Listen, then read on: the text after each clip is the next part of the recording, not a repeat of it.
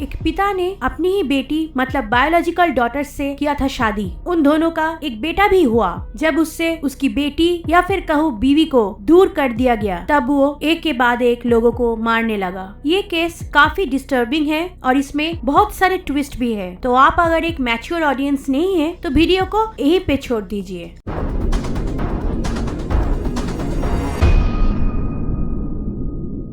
साल 1995, 15 साल की आलिसा सैन एंटोनियो में अपनी फैमिली के साथ रहती थी। ऑनलाइन उसकी मुलाकात होती है 20 साल का स्टीवन से। दोनों में रोमांटिक रिलेशनशिप ग्रो हुआ। स्टीवन न्यूयॉर्क से टेक्सास आ गया आलिसा के साथ रहने के लिए। आलिसा के पेरेंट्स ने इस रिलेशनशिप को अप्रूव नहीं किया, लेकिन उन्होंने उन दोनों को रोका भी नहीं। 1 साल बाद आलिसा एक बेटी की जन्म देती है।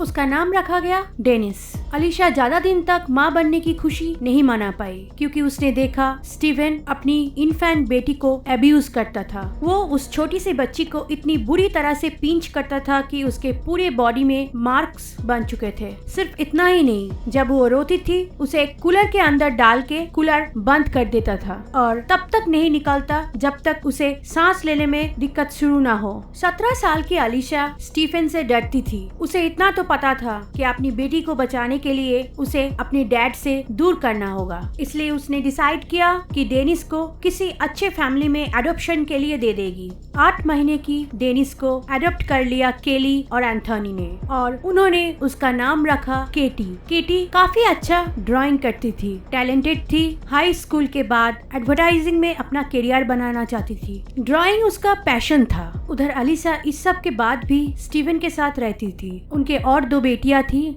बाद में एक इंटरव्यू में आलिसा ने कहा था कि उसे स्टीवन ने डरा धमका के अपने साथ रखा था। उनकी शादी बिल्कुल भी ठीक नहीं चल रही थी। स्टीवन जॉबलेस होके घर पे ही बैठा था और आलिसा 1 से ज्यादा काम करती थी। स्टीवन उसे इमोशनल और वर्बल अब्यूज भी करता था। छोटी छोटी बातों पे गुस्सा करना, चीजें तोड़ देना, ये था स्टीवन का नेचर। केटी के साथ वो जैसा बिहेव करता था उतना अब्यूसिव वो अपने बाकी 2 बेटी के साथ तो नहीं, लेकिन वो काफी वायलेंट था। छोटी छोटी बातों पे उनको बहुत ज्यादा डांटता था। साल 2016, केटी जब 18 साल की हुई तब उसे पता चला कि वो अडॉप्टेड है और उसने अपनी बायोलॉजिकल पेरेंट्स को ऑनलाइन ढूंढना शुरू किया। फेसबुक पे उसने आलिसा और स्टीवन को मैसेज किया। अपने बायोलॉजिकल पेरेंट्स से मिलने के बाद उसने डिसाइड किया कि उस साल वो कॉलेज नहीं जाएगी और वो उनके साथ ही वर्जीनिया में मूव हो गई। लेकिन वही उसके जिंदगी का सबसे बड़ा भूल था। केटी से मिलने के बाद स्टीवन जैसे कम्प्लीटली चेंज हो गया। खुद को अट्रैक्टिव दिखाने की कोशिश की अपनी ही बेटी के सामने। स्किनी जीन्स और टाइट शर्ट पहनने लगा।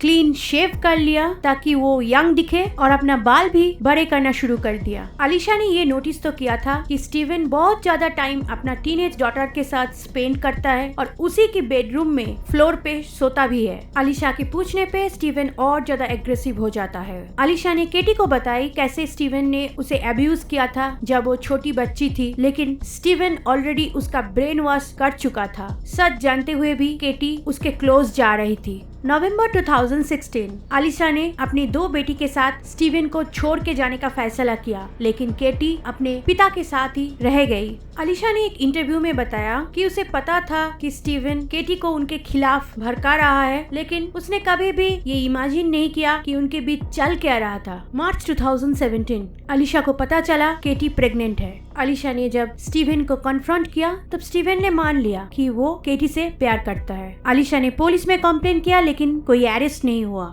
जुलाई 2017, आलिसा और स्टीवन की डिवोर्स फाइनलाइज होने के 2 महीने बाद केटी और स्टीवन ने शादी कर ली। उस शादी में मौजूद थे स्टीवन के माँ और केटी के अडॉप्टिव पेरेंट्स। उन लोगों को देख के ऐसा लग रहा था कि जैसे फादर और डॉटर का ये मैरिज काफी नॉर्मल चीज है। केटी और स्टीवन नॉर्थ कैरोलिना में शिफ्ट हो गए और उनको एक बेटा हुआ जिसका नाम बेनेट। जनवरी 2018, दोनों को इंसेस्ट एडल्ट्री के केस में अरेस्ट कर लिया गया। उनको 10 साल के लिए जेल हो जाती, लेकिन स्टीवन के लॉयर ने काफी अच्छे तरीके से उनको डिफेंड कर लिया। उनका कहना था 40 साल का स्टीवन पहली बार अपनी 18 साल की बेटी से मिला था। उसके अपनी वाइफ से रिलेशनशिप अच्छी नहीं चल रही थी और उसके बेटी के साथ भी वो एफेक्शनल, वो फादर डॉटर वाला बॉन्ड नहीं था, इसलिए वो दोनों इस रिलेशनशिप में आ गए। एक बॉन्ड साइन करके दोनों को रिलीज कर दिया गया और बॉन्ड के मुताबिक दोनों एक दूसरे के साथ कांटेक्ट नहीं कर सकते। उनका बेटा बेनेट को स्टीवन की माँ की कस्टडी में रखा गया।